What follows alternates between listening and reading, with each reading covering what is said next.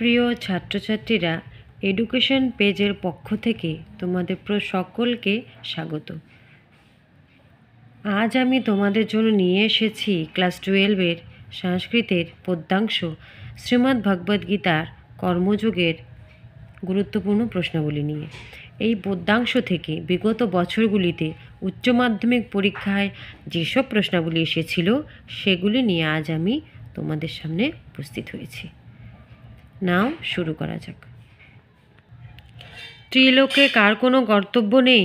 এখানে উত্তরটি ভুল দেওয়া হয়েছে। উত্তর হবে কৃষ্ণ। নিষ্কাম কর্মের দ্বারা কে সিদ্ধি লাভ করেছেন? জনক। শ্রীমদ্ ভগবদ্ গীতায় কয়টি অধ্যায় আছে?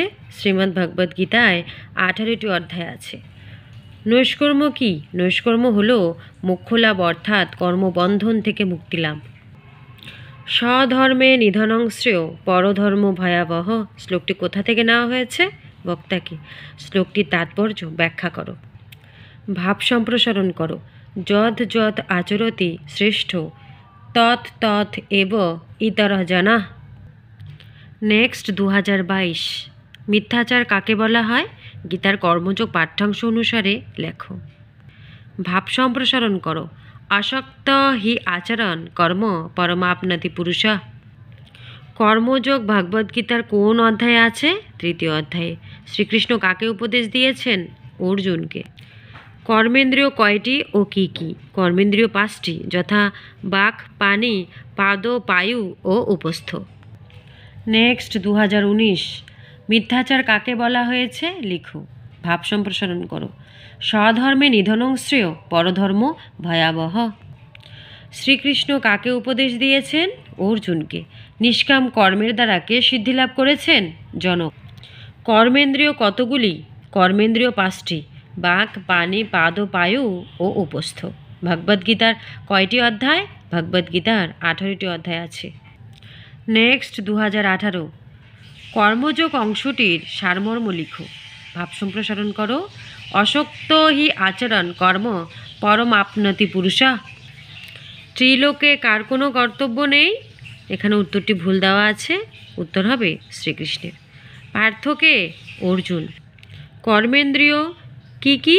কর্মেন্দ্রিয় 5টি, যথা বাক, পানি, পাদ, পায়ু এবং উপস্থ। শূন্যস্থান পূরণ করো। কর্ম নৈব হি সংসিদ্ধিম আস্থিতা জনকাদয়। নেক্সট 2017। যদ যদ আচরতি শ্রেষ্ঠ তৎ তৎ এব ইতর জনা। তাৎপর্য লিখো। ভাব সম্প্রসারণ করো। ন কর্মনাম অনারম্ভান নৈষ্কর্মং পুরুষ স্নুতে। 2 নম্বর। কর্মেন্দ্রিয়ানি সংযম্য যো আস্তে মনসা স্মরণ ইন্দ্রিয়ার্থান বিরুমাত্তা মিথ্যাচার শৌচ্যতে।